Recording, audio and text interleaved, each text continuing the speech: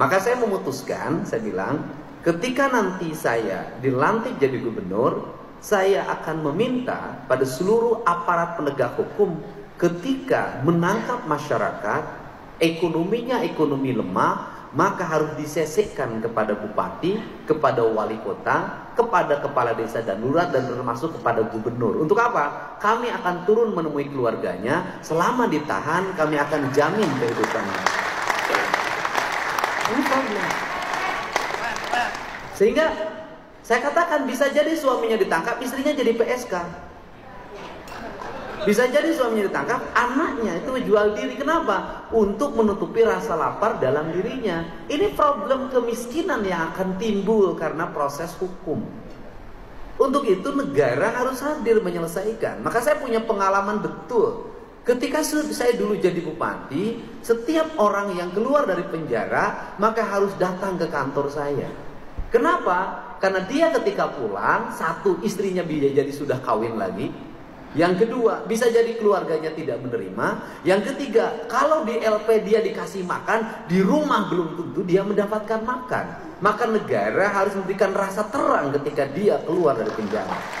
Ini problemnya.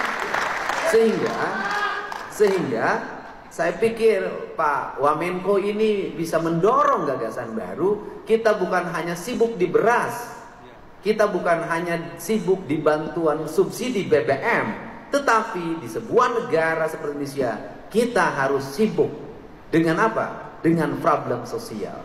Tadi pagi ibunya dari salah satu terpidana seumur hidup, Sudirman, meninggal dunia.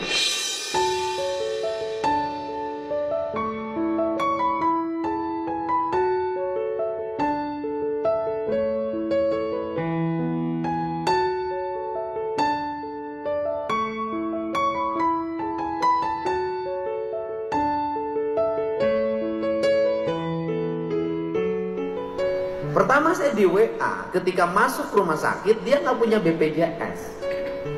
Saya katakan udah masuk umum saja.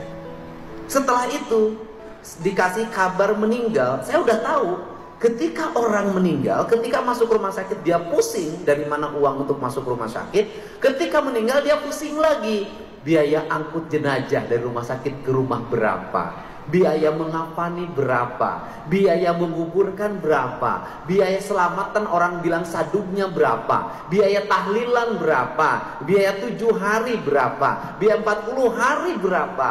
Maka depresi itu akan melanda orang yang miskin. Semua peristiwa adalah rasa sakit. Untuk itu saya termasuk orang yang concern terhadap ini. Akan dua hal yang akan dilakukan ke depan. Yang pertama, perlindungan orang dari aspek asas praduga tak bersalah bagi masyarakat miskin yang mengalami proses penangkapan atau tuntutan pidana atau tuntutan perdata dari sebuah hal yang dihadapi. Yang kedua adalah memberikan perlindungan hukum bagi seluruh warga agar dia tenang. Kasus Cianjur itu juga sama. Ketika keluarganya ditahan, suaminya ditahan, istri dan anak-anaknya bagaimana? Sehingga saya waktu itu memutuskan, sudahlah sampai keluar dari tahanan keluarganya saya jamin kehidupannya. Ini banyak kasus seperti ini. Yang berikutnya adalah kasus yang paling menonjol hari ini foto adalah hak atas tanah. Hari ini memang investasi berjalan, tetapi di balik itu juga banyak orang yang hari ini mengatasnamakan investasi. Kemudian dia mendapat hak guna usaha dari negara atas tanah yang dimiliki dan dikuasai oleh negara. Kemudian menggusur orang-orang yang sudah puluhan tahun tinggal di sana. Itu juga problem baru lagi. Kenapa? Ketika mereka digusur dari tempat tinggalnya, mereka harus pergi kemana? Di situ bernegara berlaku tidak adil.